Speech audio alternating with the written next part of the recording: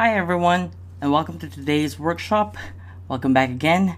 The magic of great implementation, which is a 4-part session designed to help make your assessment program a success, and also to help you make and create a high-performance workforce. My name is Henji Santos, the Country Director for Profiles Asia, and I'll be your presenter and facilitator for today's workshop. And the second part of our workshop is all about plugging the information gap with the use of the Profile XT. Here, the sort of information that the HBR suggested you need to have before you put anyone into a job, the information that is collected by the Profile XT. As we go through this workshop, you will see that the Profile XT produces a series of attractive reports designed to support good people decisions, whether you are hiring, managing, promoting, succession planning, career planning, and so on. Most of these reports are a combination of clear graphics and is written in a clear business language. And definitely they are easy to read. This is the only purely graphical report and the most basic report by the Profile XT, which is called the graph report. The graph report simply represents a one-page graphical view of the scores candidate achieve on each scale measured by the Profile XT. And this scores becomes the basis of much more detailed information provided in the other reports we'll examine later in this program. In your handout, you will find a set of blank worksheet just like this one, as you can see on the screen. And please take that out and have it in front of you for this part of the workshop. But for now, I'm going to walk you through each of these scales, explaining what each measures in some details. At the end of this session, you will understand all of these scales and what they tell you about a candidate in great details.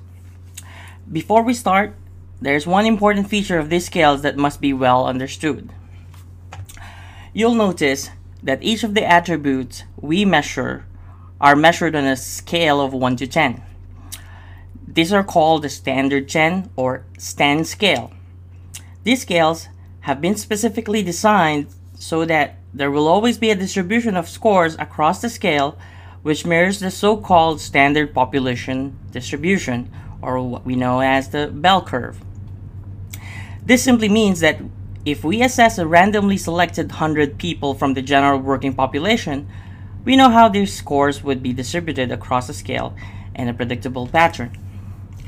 16% of our sample would score in the 1 to 3 range, and 16% would score at the 8 to 10 end of the scale. And the vast majority, or the 68%, would score in the 4 to 7 range of the scale.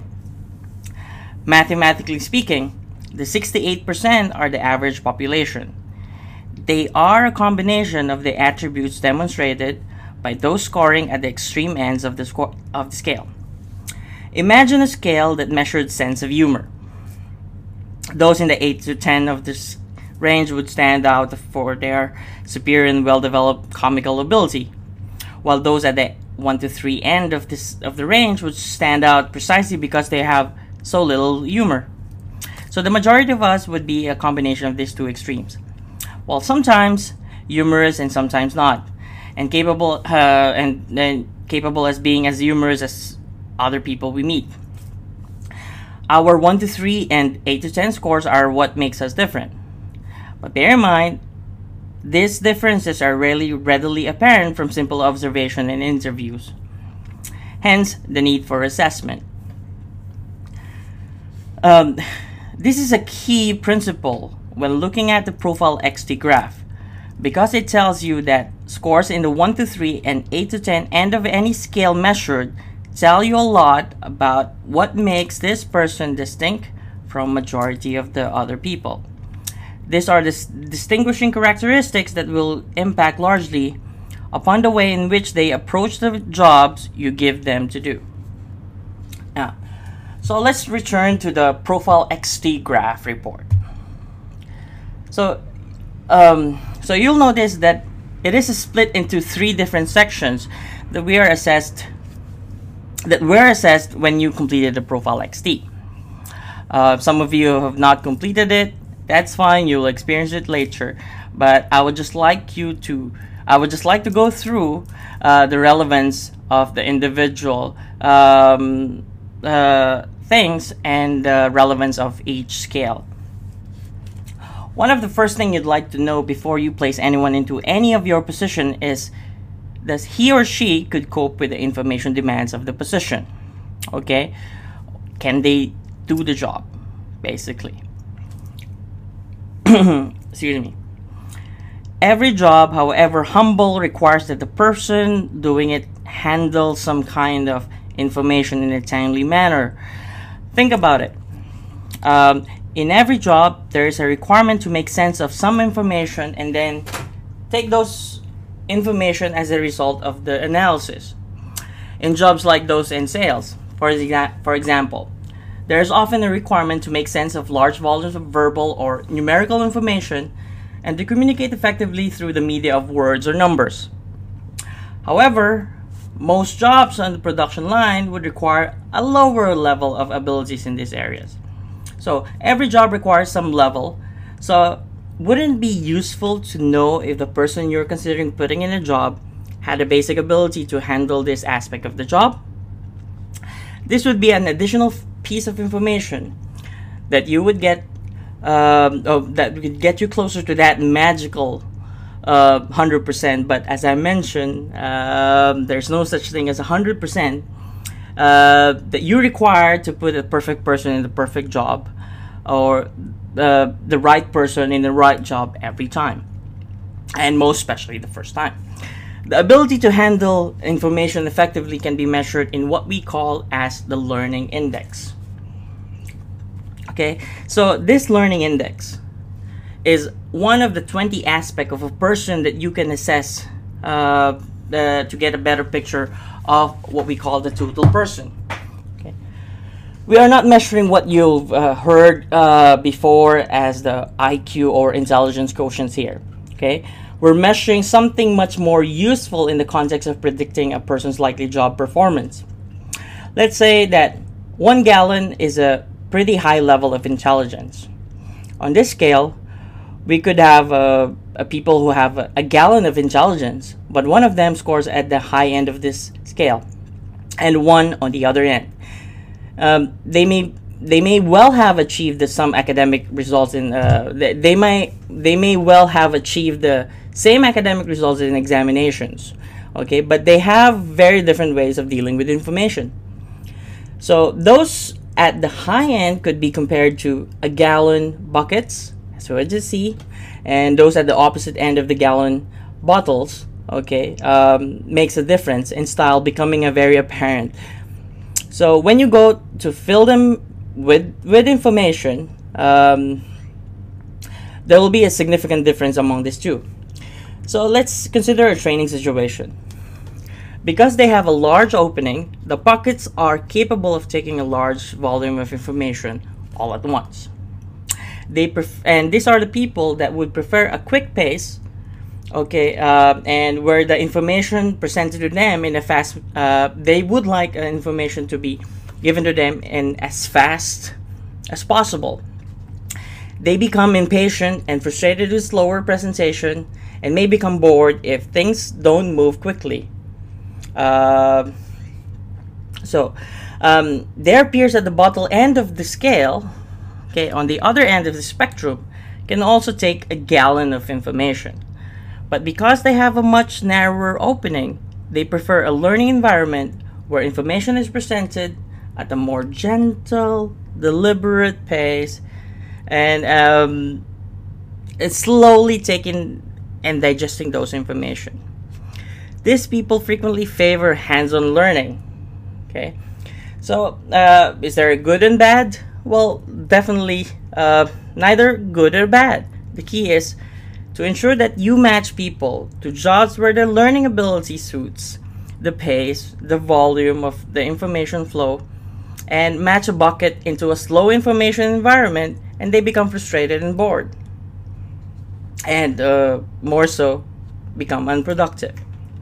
Match a bottle in an environment where the information flow is too fast or too voluminous, and they struggle to keep the pace. and either give up completely or become so stressed that they are ineffective in any way. Of all the attributes you can measure to predict a person's success in any given position, research shows that this one is the single most effective.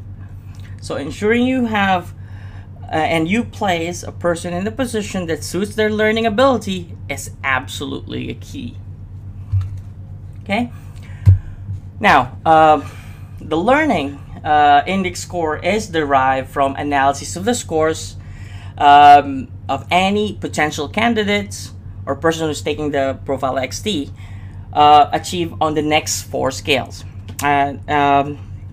Reflecting the fact that our ability to learn and communicate is a direct function of our ability to make sense of and communicate through both words and numbers, verbal and numerical information. So, how broad is your vocabulary? How many multisyllabic syllabus or syllabic words do you have at your command? And then this is the sort of question posed by this scale, which is the verbal skill scale. Those scoring at the 8 to 10 end of the scale have a greater range of words at their disposal than 84% of the general working population. So although scores at this end may sound impressive, it doesn't mean that when you get high scores is always a good thing. They mean that these people will frequently need to consciously choose their words if they have to communicate effectively with less verbally skilled audience themselves. Okay, so or they could also easily be accused of talking over their audience's heads. And on the other end, people scoring at the 1 to 3 end of the scale work from more contracted and basic set of vocabulary. Their communication will be straightforward and uncomplicated, but they could experience frustration where they are required to effectively interact with or to communicate up with an audience operating higher up the scale than they are. So now think about this scale and about all of the people you know. Who do you expect to find the high end of the scale and the low end? Please take note why and note them down on your page. And we'll do this with the rest of the scale.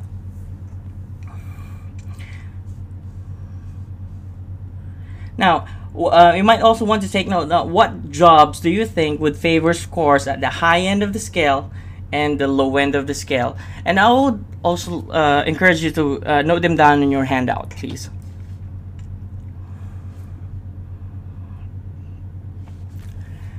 Okay, so we'll go to the next scale, which is the verbal reasoning scale. Okay, this is the, excuse me, there's this sentence where like I heard one client use that, please just tell me what it is you want to say. Quit the big words and double talk, just tell me straight. I've heard that from one person, and it's a plea of the individual scoring at the lower end of the verbal reasoning scale. Okay, which means that they dislike fuzzy or abstract talk where there is a need to read between the lines. They will frequently miss messages and information implied but not overtly stated, so to speak. So the high verbal reasoning person quickly and effectively analyzes every word you say, analyzes what they are saying at face value, and what is being said between the lines. So these are the people who have great ability to wring large amounts of information out of conversation. So even conversations that are abstract or guarded in any way. So they can be very quickly, quickly process what is being said to them, and equally quickly formulate clear and precise responses to communicate their own views. So in some jobs, such as a sales position, for example, okay, there's this ability, there's a need for ability to collect and make sense of large volume of information, just like what I mentioned earlier, and is absolutely critical to success in that position. In others, high or low scores can make a very little difference to performance. So with other factors making the difference between the high and the low performance in the positions. Now, think about this scale. And same thing. And think about the people you know. Who do you expect to find at the high end and the low end of the scale? Please note why and note them on your page. Also take note, now the jobs do you think would favor scores at the high end of the scale and the low end of the scales?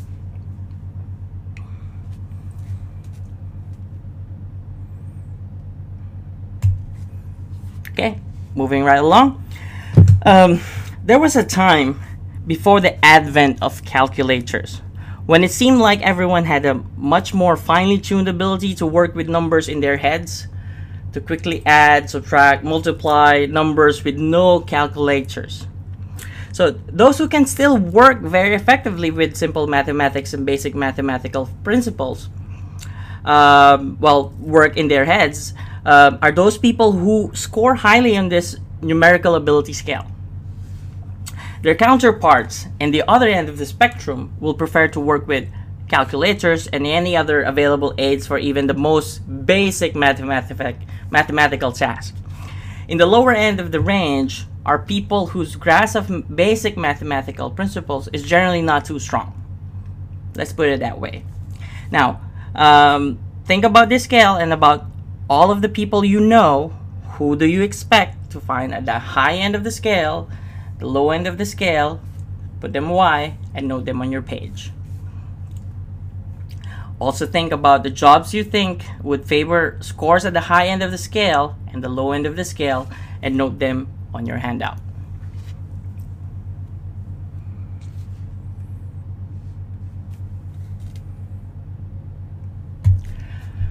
Okay, now let's go to the numerical reasoning. This ability to reason and problem solve using numbers. This is like the numerical version of the verbal reasoning that we have discussed earlier, where we said that those scoring at the high end had a great ability to read between the lines in verbal communication, to see messages and get meaning that will not necessarily be obvious to all others who are party to the conversation. So those people scoring high on this scale are adept at drawing conclusions quickly from numerical information. They are the people who could make sense of and take clear messages from numerical data. Like show them a spreadsheet and they get a sense from observation of what the numbers are telling us.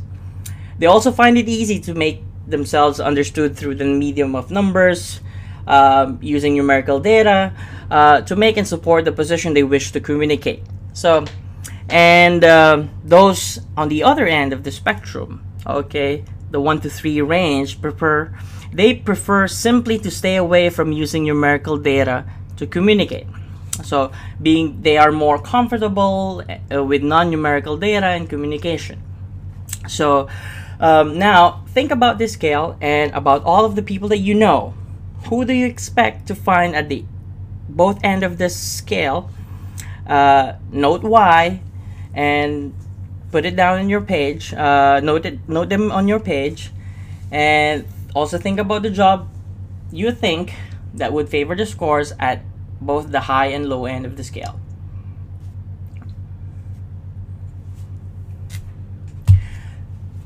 Okay, so as a summary, now think about, now as I mentioned, this learning index is a composite of all of the 4 mentioned scale, okay, learning, reasoning, and problem solving approach. Now think about this scale and all about the people you know. Who do you expect to find at the high end of the scale and the low end of the scale? Why? And think about the jobs you think that would favor scores at the high and low end of the scale. Note them down on your handout.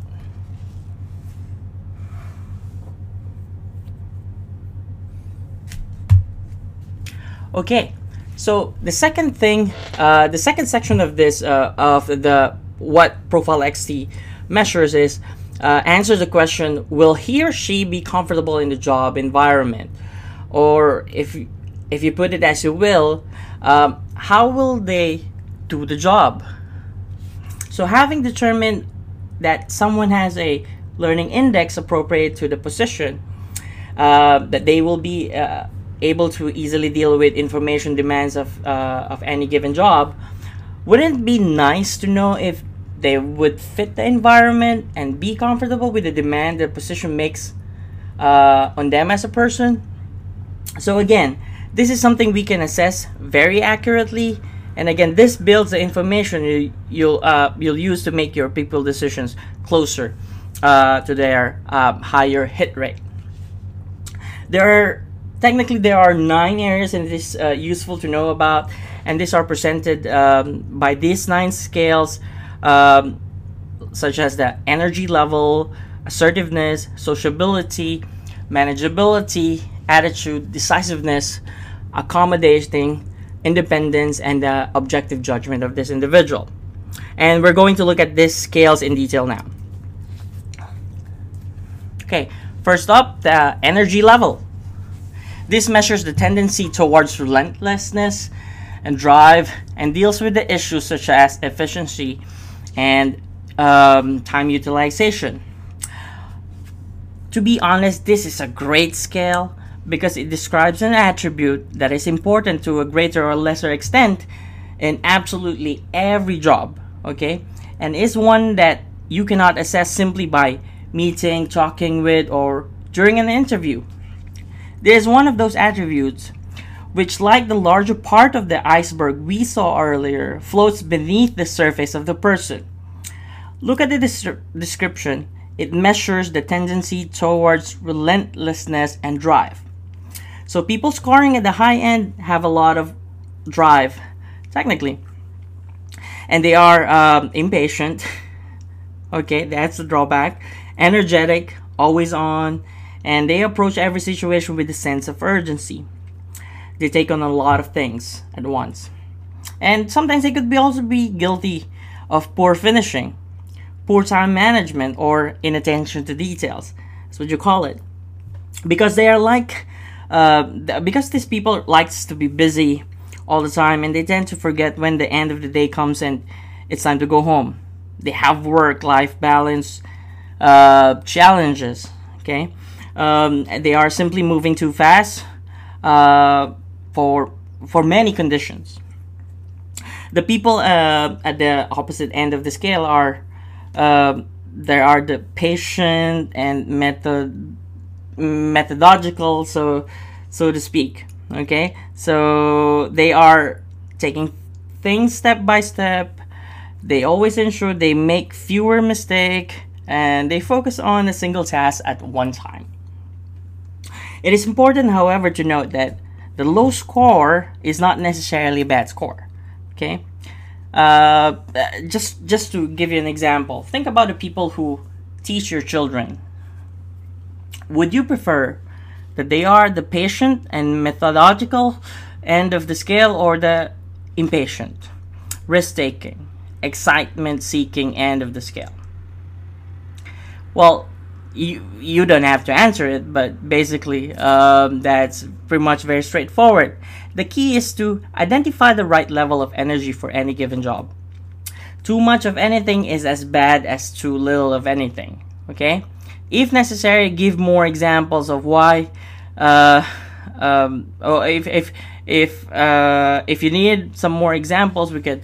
I could give you another one, which I think would make more sense, but I think it's very much straightforward from the example that I gave.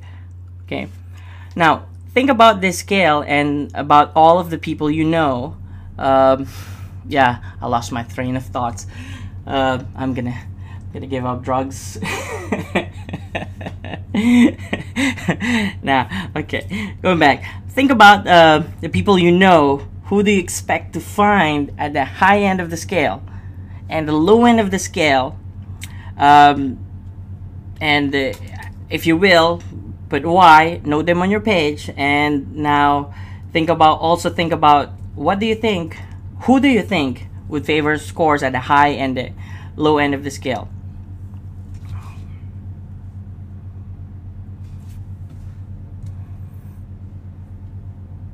The next one is the assertiveness. Assertiveness is one of those behavioral attributes that makes an enormous difference in some positions. Those scoring in the 8 to 10 range speaks their minds clearly and loudly. They often have no difficulty or whatsoever having their opinions known to all, even if it might be more diplomatic to keep them to themselves. They will argue their opinions and beliefs, and always by default seek to have the last word in any arguments or discussions.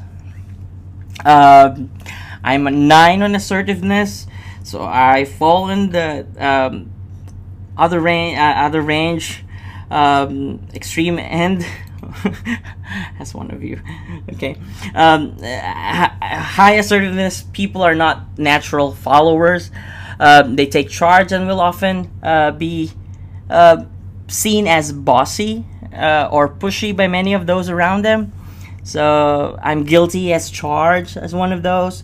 Okay, and those scoring at the other end of the range are the polar opposites of this people. So they have low need to control means.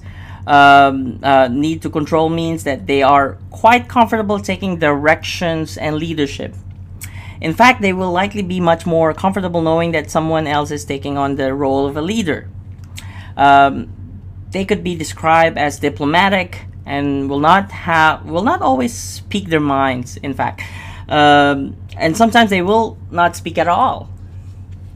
Managers of low scores on this scale will typically need to be aware of this attribute so that they ensure that their input in a group discussion is not drowned out by their more assertive colleagues.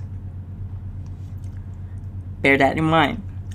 Listening to this description, you could probably understand why we frequently find successful salespeople, as I always give an example, are higher than average on the assertiveness scale.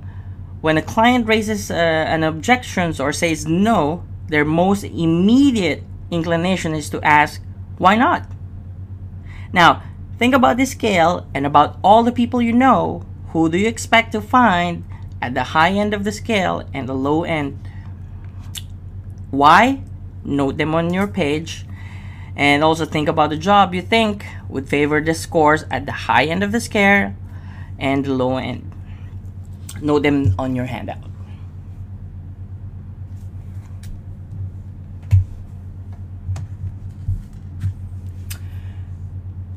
Moving right along.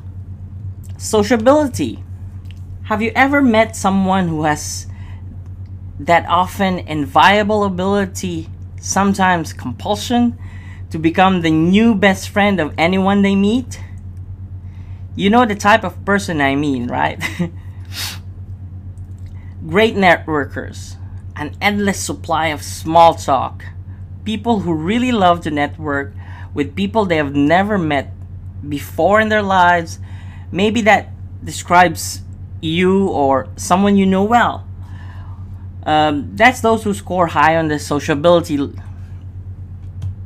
High scores on this scale not only like social contact, they crave it and will be frustrated without it. Yeah. They need the stimulation of social interaction to be happy. And they contrast greatly with their colleagues at the far end of the scale. Yeah. Don't get me wrong here. A low score doesn't mean that the person is socially inept. Everybody can learn the necessary skills to effectively socially interact. What does it mean is that they would not be unduly upset if they had little or no social interaction in their day-to-day lives. It's just that they are, as the saying goes, comfortable in their skins, happy with their own company. So in discussing an issue, Their tendency is to stick with the facts, shunning small talks and unnecessary chit chat or small talks just for the sake of greeting. How are you? Take a person scoring at either extreme on this scale and place them into the other's ideals world, and both will suffer. The low scoring always find me in the kitchen parties type person will find heavy social networking very demanding and stressful.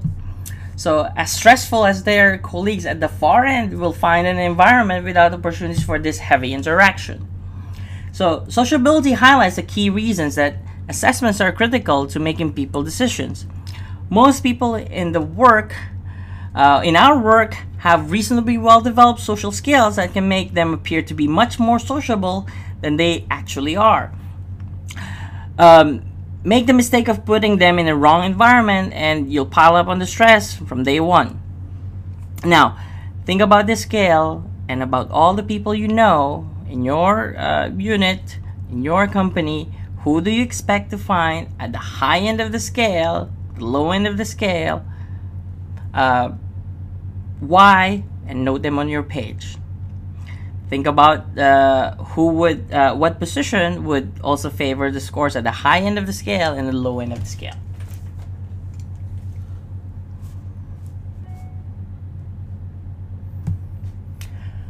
Okay. Oops. Got some message here. Anyway, moving right along. Manageability. This scale describes how one reacts to rules and limits set by authority. So think about in the military, a good soldier is essentially one who does precisely what he or she is told without a question. A good soldier respects authority for authority's sake. So regardless of whether they think their commanders are making good or bad decisions, they respect the fact that they are in authority. The boss may not always be right, but he is always the boss. This is the 8 to 10 range of manageability. So the scale measures precisely what it sounds like it measures. The low manageability scores has no such inbuilt respect for authority. Indeed, at the extreme, they may have a resistance to authority precisely because of what it represents. When told to do something, their most natural inclination is to ask, "Why should I?" Or, "Who are you to tell me what to do?" And because they have no innate respect for authority, they are unafraid to challenge it or challenge the status quo. And they will fight tooth and nail for his opinions and views, of the world with even most senior authority figures. Low manageability people may also be called as the mavericks, okay, who do not respond to close management. High manageability people prefer a structured environment where the rules are clearly spelled out and where there is a clear line of authority. The majority of us, 68% of us are a mix of these two styles. Thank God. A world full of these people at either end would be a disaster. Now think about this scale and about all the people you know. Who do you expect to find at the high end of the scale and the low end of the scale? What jobs do you think would favor scores at the high end of the scale and the low end of the scale? Note them down in your handout.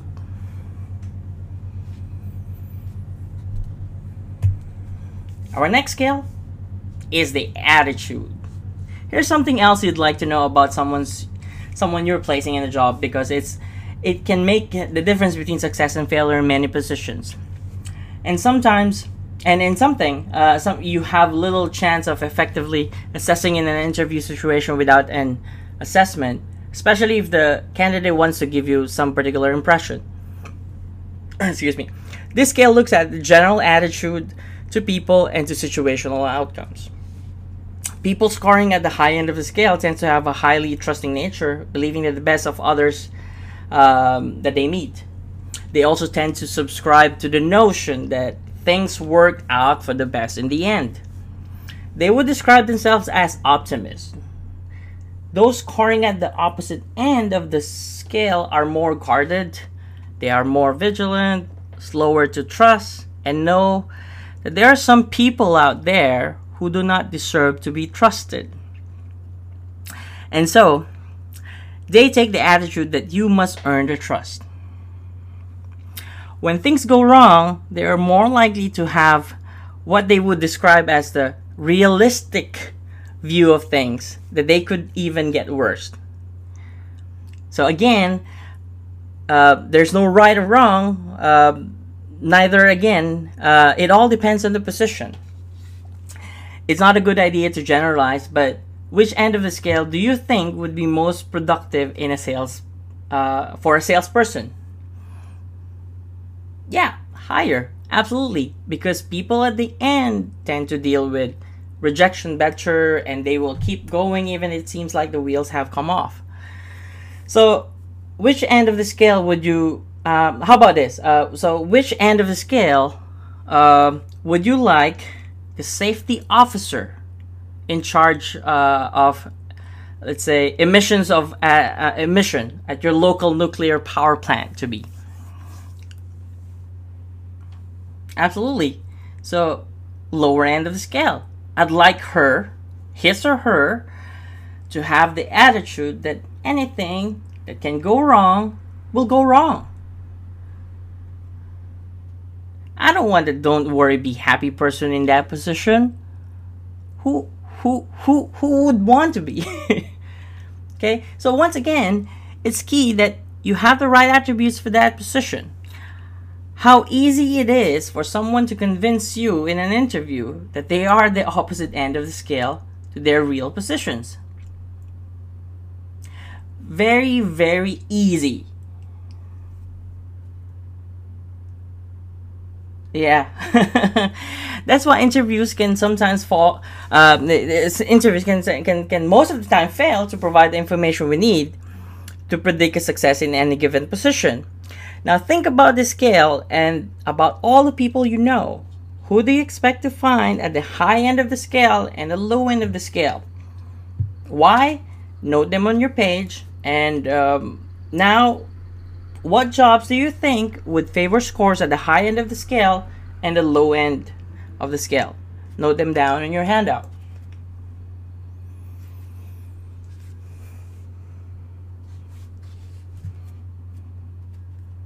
All right. The next one would be decisiveness. Now, consider what you do when you are confronted with the need to make decisions. Do you take the careful, deliberate approach of collecting all of the information and input you need before you can make a best possible decision? Or do you simply make your decision there and then? Yeah, with whatever information you have to hand, you have on hand at that time, and make a quick decisions regardless of the risk involved. So these are the extremes of the decisiveness scale. The neither extreme is any better or worse than any other. If the person scoring at those extremes is doing a job where their decision-making style is suited to the demands of the position, there's clearly no right or wrong, precisely. So just to illustrate, look at our example, just to illustrate an example. Designers. Designers are people who essentially design solutions to problems. Consider a designer who has this eureka moment in the middle of the night. You know, he or she rises from the bed, draws up plans for a new aircraft based upon a totally new concept, and they gets it into the production the very next day. Do you think that it's likely that this project will run into some unforeseen issue with this hastily drawn design and resulting in, let's say, cost running to millions of dollars? Well, the answer is, of course. You know, designers are like carpenters. Their job is to measure twice, then cut once. To collect every single piece of information they can about challenge before they commit themselves to firm decision. Now think of an airline pilot you're traveling with, who suddenly finds his aircraft falling from the sky at several hundred miles per hour. Do you want them to mount a research project to collect every possible problem and every possible solution to them? So, or do you want them to start right now and, forget about trying out possible solutions? Everything that comes into their heads. Yeah, I know what I'd want. So technically, now the low decisiveness often gets a bad press, but high decisiveness is just as bad as low decisiveness if it is employed in the wrong occupational situation. So this is a critical attribute that you simply cannot determine from interview or discussion. Decisiveness must either be observed on the job, when it's really too late to do anything about it if you choose the wrong person, or they could be assessed. Now, think about the scale and about all of the people you know. Who do you expect to find at the high end of the scale, the low end of the scale, why, and note them on your page. Now, what jobs do you think would also favor scores at the high end of the scale and low end of the scale?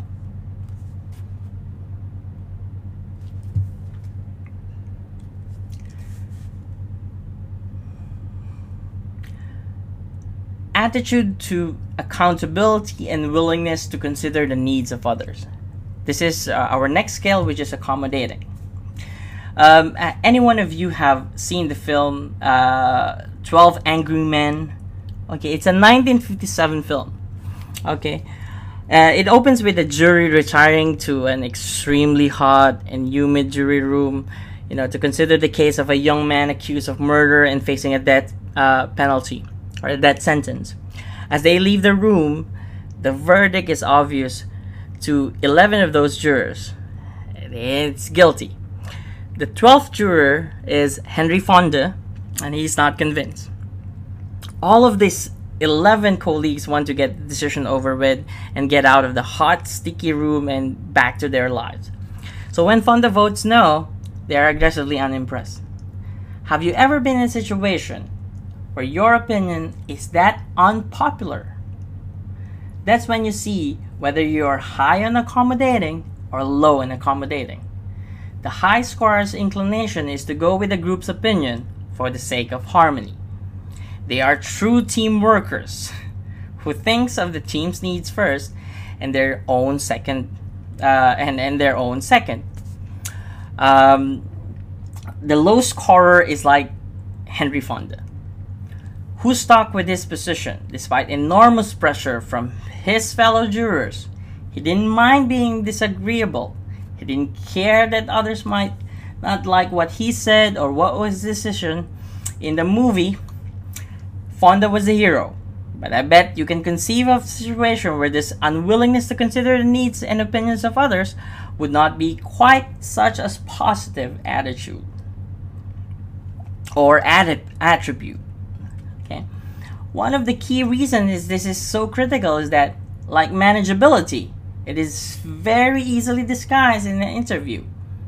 If you want to know how accommodating a person is, you must assess them. Now, think about the scale and about all the people you know. Who do you expect to find at the higher end of the scale and the low end of the scale? Note them on your page. Why? And what jobs do you think would favor scores at the high end of the scale and the low end of the scale? Note them on your handout.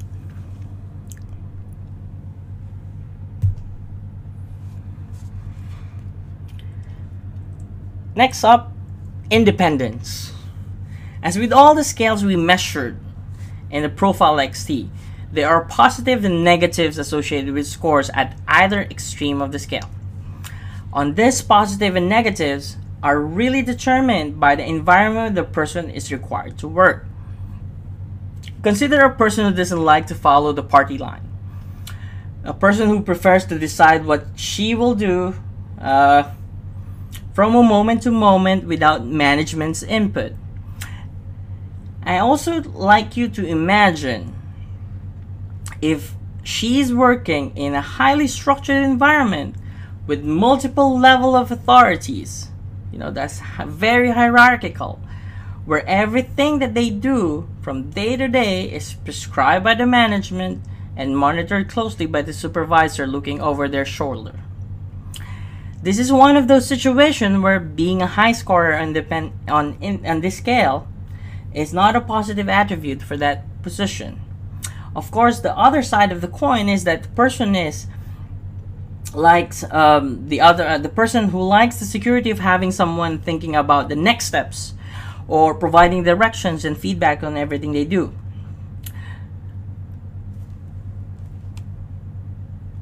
Now, put that person into a situation when they are given no management, no support, no system to guide them, and no feedback on how they are doing.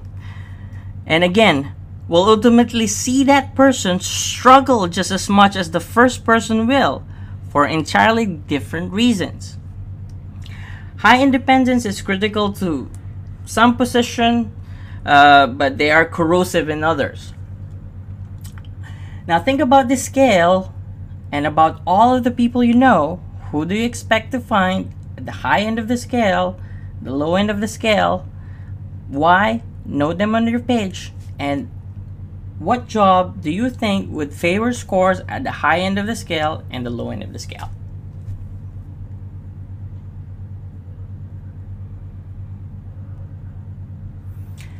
Now, for the 9th scale of this behavioral portion of the Profile XT is the objective judgment. This is the balance of cognitive versus the intuitive thinking. In the movie Star Trek, the cult sci-fi series, which I'm sure every one of you have heard, have seen, there is this character named Dr. Spock. Okay, you know Dr. Spock? He became famous for his total lack of emotion. He was almost like a machine. Everything he did, every decision he made was based solely upon hard, measurable facts. His character was frequently highlighted as a comparison to his human colleagues. Things like love, emotion, and other immeasurable were completely illogical to him. Okay, this is somewhat like the world of those scoring high on objective judgment. Their decisions are based on hard, often seemingly cold facts. They do not follow hunches. They do not choose one opinion over another because they feel. Okay, the word feel, it is the right choice. They choose only because the facts tell them that this is the right decision. So, these fact lovers are completely at odds with their colleagues, scoring at the 1 to 3 end of this decision based on this range, and their style is characterized by the preparedness, their preparedness to follow hunches, to make decisions based upon intuition and what we call as the gut feel. Now, these people have a high awareness of their own emotions. They are very aware of how situations affect their moods and feelings, and are therefore also sensitive to the feelings of others when they make decisions. Now, it is critical for all of us to know where we score on this scale and to be open to clues on where those we work with day-to-day score on this scale too. High objective judgment scorers will often be unaware that their fact-based approach will seem quite insensitive and even inhuman to those scoring at the far extreme. So similarly, the low scorers should be aware that their feelings, intuitions, or hunches will get them, sometimes will get them nowhere. With their high scoring colleagues who will likely see that their thinkings are imprecise or woolly at the high end of the scale, woolly because they are in the high other end of the scale. Now, think about this scale and about all of the people that you know Who do you expect to find at the high end of the scale, the low end of the scale, why, and note them on your page. Also think about the jobs you think would favor scores at the high end of the scale and the low end.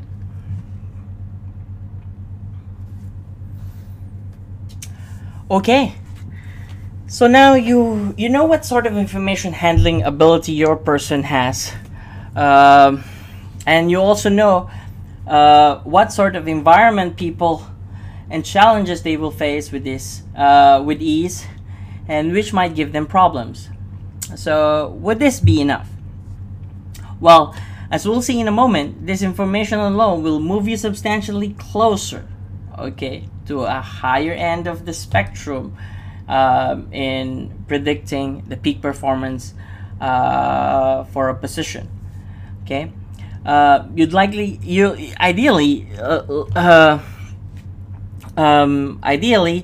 so in one imagine you found that let's say I had an appropriate mental style and personality suited to many challenges I might face in a position. You'd feel reasonably comfortable that I could be successful in that position, right? So well, suppose I told you that while all this is true, the truth is that I hate the sort of work we've been discussing. It simply holds no interest for me. Now, would that affect your decision? Of course it would. The fact that I'm capable of doing the work doesn't assure my success. I'd be capable of cleaning your office, vacuuming the lobby or the floors, the carpet, but I wouldn't find the work inspiring or interesting. So I wouldn't be motivated to do the work well. So doesn't it make sense that someone who also enjoys the sort of work offered by the position is more likely to try harder, work longer, and be more motivated to stay and be successful in the position? Now, that is why it is essential to know that what sort of work turns on an individual before you decide to place someone in that job. Okay, that's the next thing that we will be discussing, which is the occupational interest section.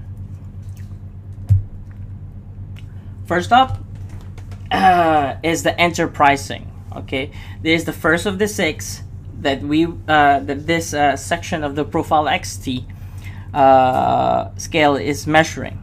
Now, think about the salesperson we spoke about hiring earlier. Okay, if I tell you that people who are interested in and motivated by persuading others, like making presentation, developing business plans, tend to fall at the high end of this scale, and we call this as the enterprising. And that those with none of this interest fall at the opposite end of the scale. Where do you suppose you would like to see your salesperson score? Definitely on the high end. Did you know that in studies speaking to a group of people, is rated by the majority of people as being more frightening than death? So, like the fear of public speaking, you know. So, for the majority of people, they would find the prospect of delivering a eulogy at the funeral much more frightening than the prospect of being in the box. Everyone can, at least theoretically, speak in front of the people, in a group of people, but most people do not want to. They simply wouldn't want to. So what happens to the performance of someone whose whole job is speaking in front of a groups if they hate public speaking? Doesn't it make sense to match people to work that is more likely to be of interest to them? Now, think about the scale and about all the people you know. Who do you expect to find at the high end of the scale, the low end of the scale? Why? And please note them on your page. And also, what jobs do you think would favor scores at the high end of the scale and the low end of the scale?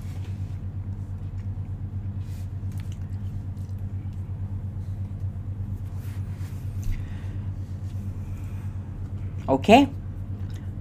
Financial and administrative. A colleague told me a story about a conventional. He told me about an accountant. He has this accountant. Well, he told the accountant told him that when she feels work-related stress is building up, she would do a set of books to relax her. Here was a lady. From there on, here that type of lady, okay, when assessed, scored at 10 on this financial and administrative scale. What to many others would be a difficult and boring task was for her simply was a light relief. We know people like that. The accountant, the accountant relished, could be able to relax and secure predictable world of her accounts. Where she could work with information and system that followed, clear and varying rules. Take someone who scores at the other end of the scale, and even if they have been trained to be very skilled in bookkeeping, and they are simply a number workers, they will find the task simply boring and not stimulating. These are the people who will find 100 other much more important things to do before they get to the task, like balancing their checkbooks, assembling their expense reports, or completing their tax returns. As with all the other scales in this occupational interest section, it is key to remember that what we are looking very specifically at what sort of work an individuals wants to do, what motivates them, and that is frequently not what they have been educated or trained to do. But put an individual into a position that involves work that turns them on, and you just don't know what they're going to do, everything they can do, and everything they can to excel in that position. Now think about this scale and about all of the people you know. Who do you expect to find at the high end of the scale, the low end of the scale? Why? Please note them on your page. And also think about the jobs you think would favor scores at the high end of the scale and the low end of the scale.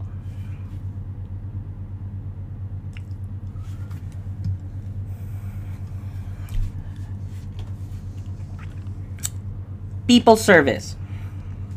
I'll bet you are as interested in the welfare of your fellow human being as I am. I'll bet you'd also like everyone to be happier and better off most of the time. Well, that's normal. But do you want to improve the lot of your fellow human beings? That's so much that you are prepared to devote your life to making it happen? Do you want to be a counselor who listens to people's problems day in and day out to help them find some peace? Do you want to be a doctor working in a critical illness practice where you are responsible for decisions that can mean life or death for your patients? Would you like that? Would you like to do it for a living? Or do you want to be a charity or social workers? High scores on people service indicate that scorers is highly motivated by serving their community, improving their fellow human beings' welfare, supporting others, and facilitating those in need. This is their drive. This is what they want to do. We are all moved by the plight of those in need, but those who score, plight of those in need, but those who score lower in the scale feel comfortable providing their help in the form of charitable donations or other supports. They do not feel the need to devote their lives to other people. Now, can you imagine how much more effective our caring professions would be if those who make their way into these key positions had both the education to do their jobs well and the motivation to make a real difference on their fellow men. And that is people service. Now, please do not confuse this with sociability. Now, think about this scale and about all the people that you know. Who do you expect to find at the high end of the scale and the low end of the scale? Why? And what jobs do you think would favor scores at the high end of the scale and the low end of the scale? Note them on your handout.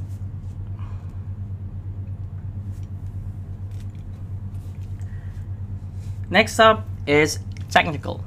So this is described as interest in activities that centers on scientific and technical activities, such as research and also intellectual skills. That's the idea of sitting at your PC all day long, collecting research material on some complex systems or problems, then analyzing it, collating it, and trying to make sense of it appeals to you? Or are you turned on by the idea of information for information's sake? Do you have an internal curiosity about how things work and a need to understand the deeper inner workings of everything? So if so, you are someone who will score towards the upper end of this scale. These are people who are highly motivated by working with complex information and data, with complex systems, and with conceptual models. If you are not that sort of person, if you score right down the far end of the scale, then regardless of how well you are educated for this sort of work, you are unlikely ever to be happy doing this. The interests of high scores on technical scale are focused upon scientific and technical activities. Now think about this scale and all the people you know.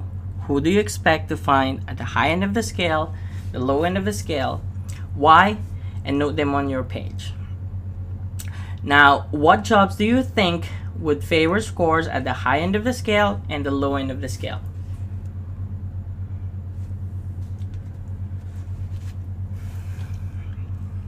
Next up is mechanical.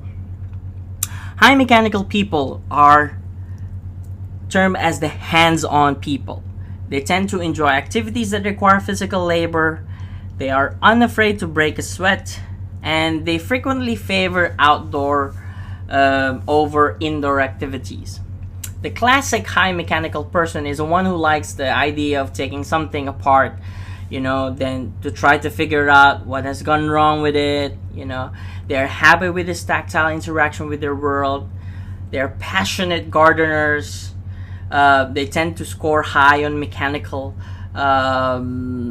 scale. So those people who know how to garden or who know how to do basic repairs and maintenance around their homes, but who opt out to have done this by someone else because the idea of simply leaves them cold, may be scoring low score, could score low on the mechanical scale.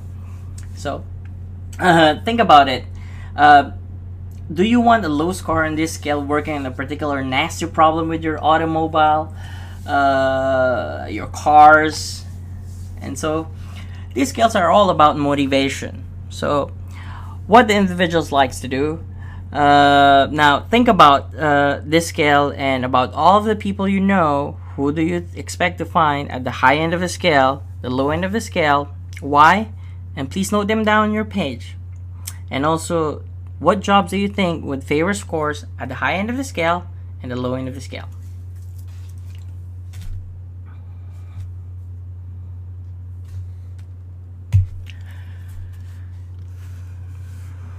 Moving right along, the creative. Those people who score highly on the creative scale, particularly those in the 8 to 10 end of the range, are amongst those who face the greatest challenge in their working careers. You might ask why. Well, a high score on this scale indicates a compelling motivation to express themselves, creatively. Hence the scale name. To make themselves heard through, creative arts, to be free to continue to try new ideas and approaches to things. The problem is that the majority of positions in the real world do not allow for this breadth of creative expression. That simply does not allow in most of in the corporate world, not unless you are in Google or in Apple, perhaps, where you could do anything that you could possibly do. Okay, as long as you change the world. Okay, so high scorers who find themselves in a position where they simply do not have an output for their extraordinary creative drives and appetites must find other ways to satisfy this part of their makeup. Involvement in creative pursuits like writing, dramatic arts, and music, just to name a few. High creatives are often tortured by work in generally less creative world that typifies most jobs. It could be argued, however, that those whose most compelling interests lie in areas other than the creative sphere are better off having more possibilities for satisfying their natural occupational urges in the workplace. So all 6 of these occupational interest scales are very specifically telling us what the candidate is motivated by, what sort of work turns them on, and ignoring such valuable information when making hiring or promotional decision is irresponsible. Now, think about this scale and about all of those people you know. Who do you expect to find at the other end of the extreme? Tell me why. Note them on your page. And think about what jobs do you think would favor scores at the high end of the scale and the low end of the scale.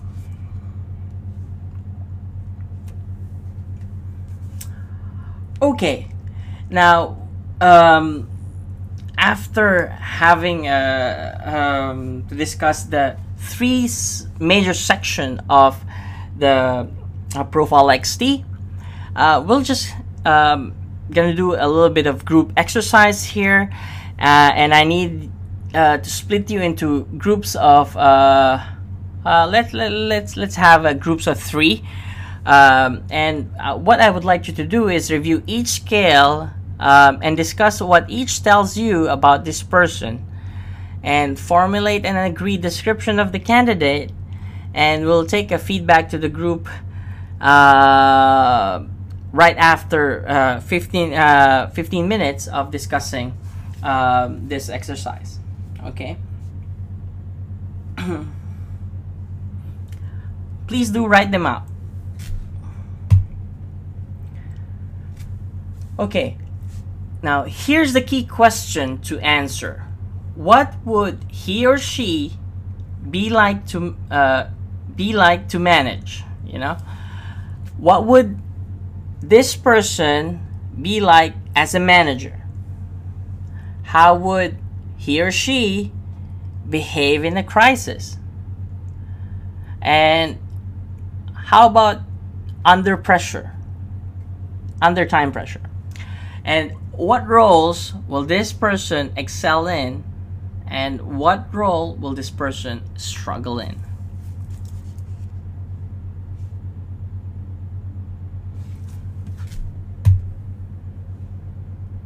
Okay, so what is the impact of raising the learning index from 3 to 8?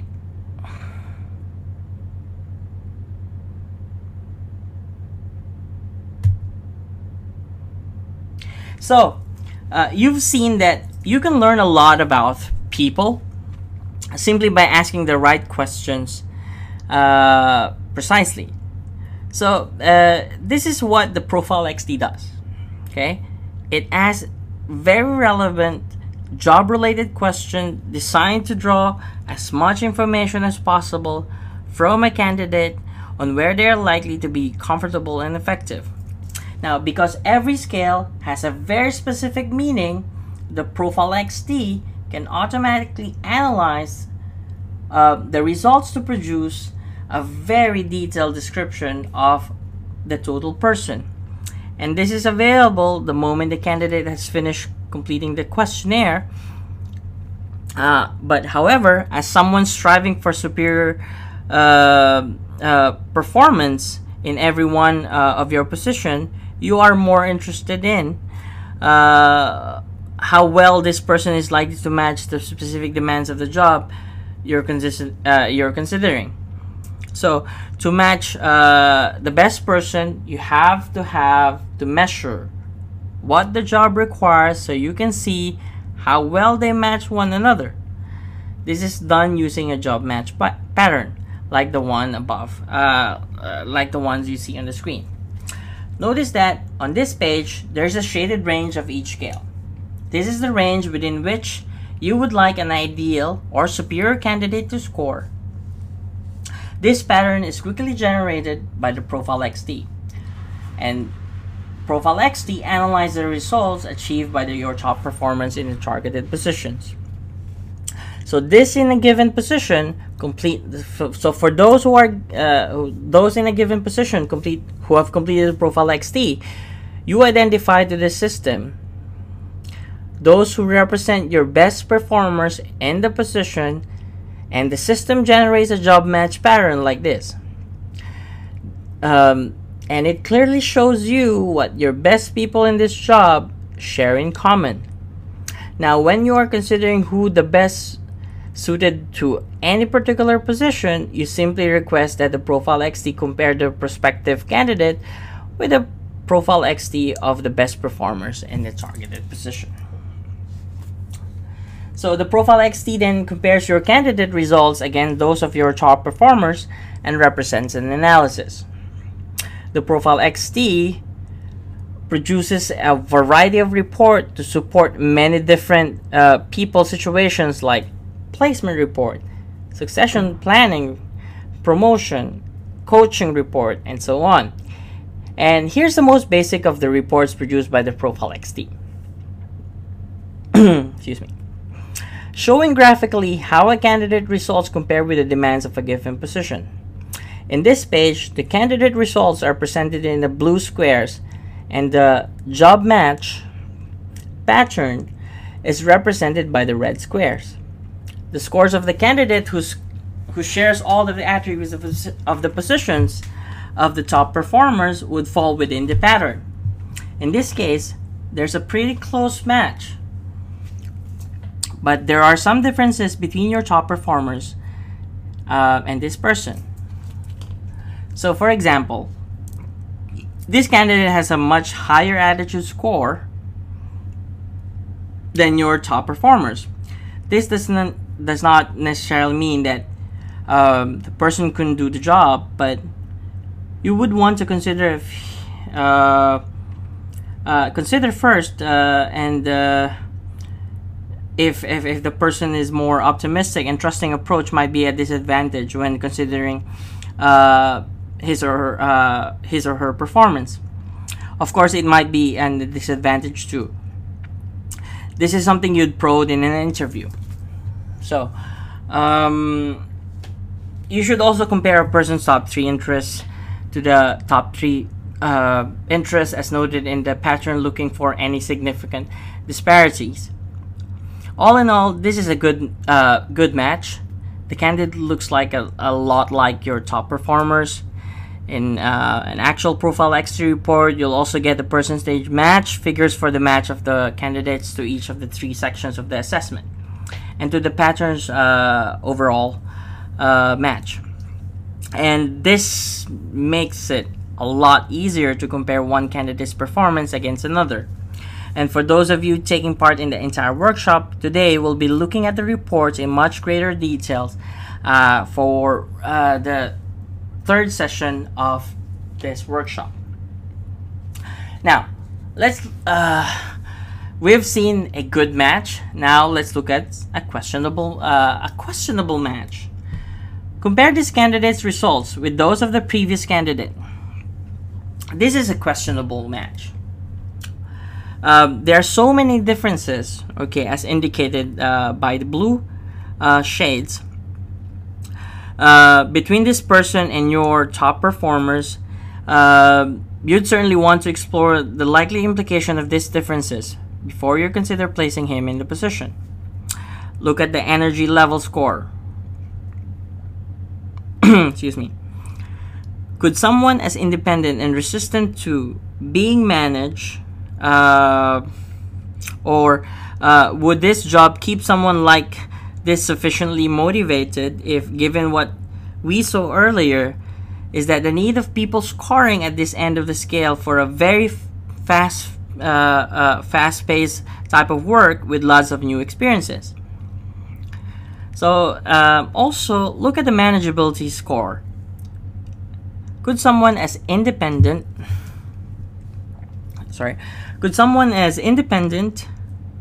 and resistant to being managed to be be comfortable in a position where those whom they are already found successful tend to be more accepting of authority, structure, and direction. And there are many other areas where this person is significantly different to what you know works in this position, areas you might otherwise not have considered in your decision process. Now, this is a great information, isn't it? And it's information you can get no other way. This will not be visible at any form of interview or on a resume, and yet it could be the difference between conspicuous success and dramatic failure in any given position. Now, while this great information is essential, many people would prefer it if it were presented in a more accessible business format, no psychobabble or whatsoever. Now, this is why the Profile XT provides 8 different full English reports that represents the information in a narrative manner.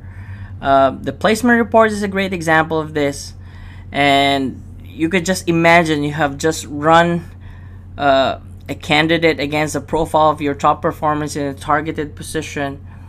What would help would likely because the report would produce what help would you like in an interview situation. Okay, so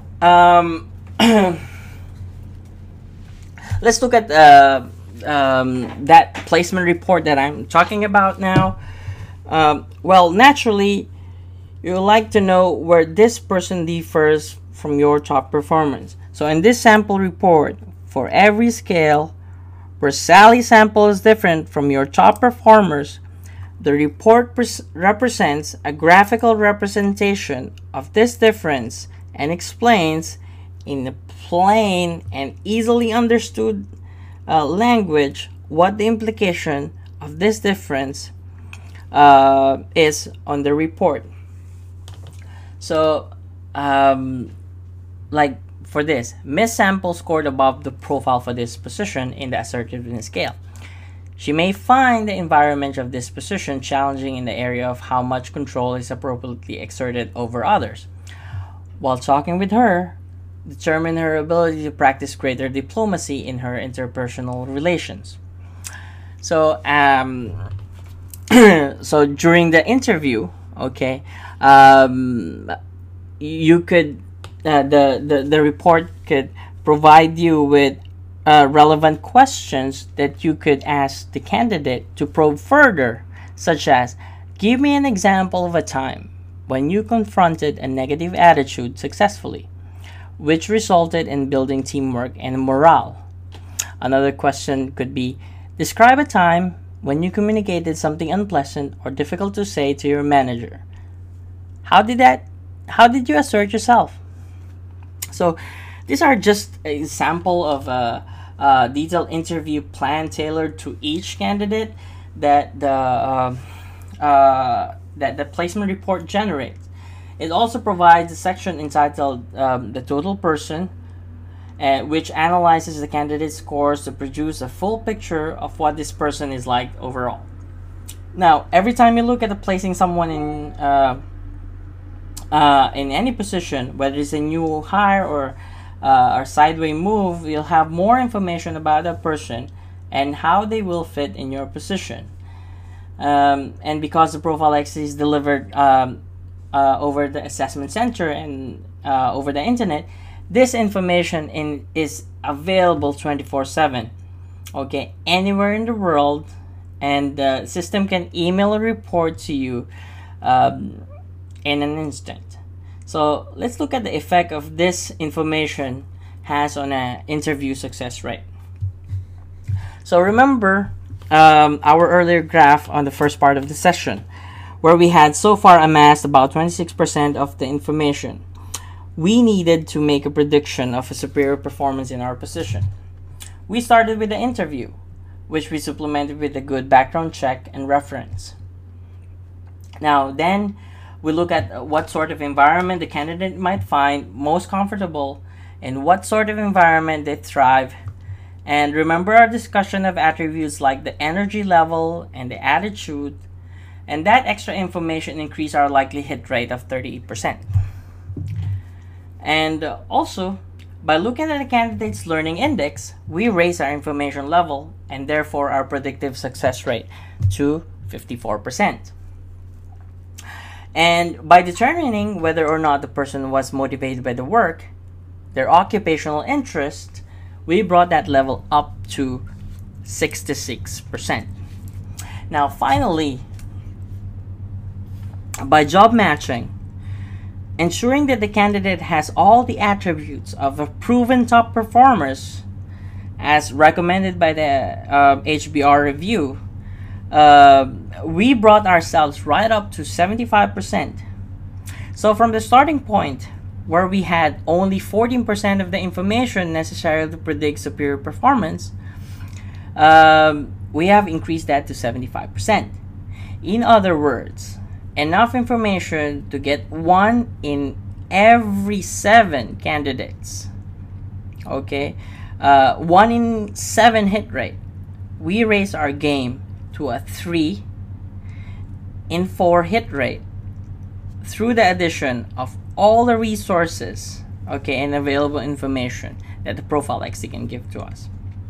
So again, the message is, if you are serious about targeting superior performance in any given position, you must have all the right information at your disposal every time when you're placing someone in a job and promoting them and also making the internal moves necessarily. Every time you place someone in a job, you'll serve your bottom line well, okay, by utilizing all these resources, and most importantly, okay, people are going to be engaged and motivated to be in a particular job. So you get just 2 bites at a superior performance. Place the right people the first time and coach the people you've got. We'll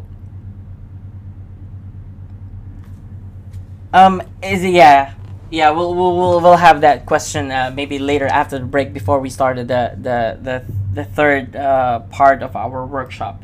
Okay, so yeah, remember Sally's sample we saw earlier, that she differed from your top performers in that she had much lower manageability score, suggesting that she might be more resistant to authority than your top performers.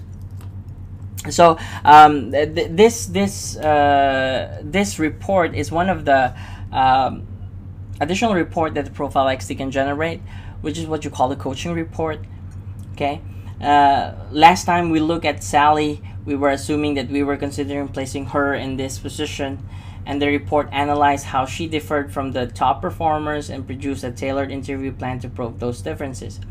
Now we're assuming that she is already employed in this position, but we want to move her performance up the notch. So moving from average to maybe similar to your top performers. So the report provides the same analysis of Sally against your top performers, but then this also provides specific management and coaching actions you can employ to help Sally raise her game. Okay, you get detailed coaching and management suggestion for every area in which Sally is different from your top performers. Okay, and you can have this information for every other Sally in your organization. Okay, so that you have specific action plans that will help them improve every individual performance in every position in your organization. So this overcomes the one-size-fits-all approach to development that is so frequently unsuccessful. Well, in the next session, we will look at each of the Profiles XT report in much greater detail, and we'll also discuss where and how to use them more effectively. Now, for those of you who will be staying on the workshop, and those of you who have attended the workshop, thank you for your interaction and the attention given, and you're more than welcome to come back later in the afternoon for the third part of the session. I'll see you in a while. Thank you.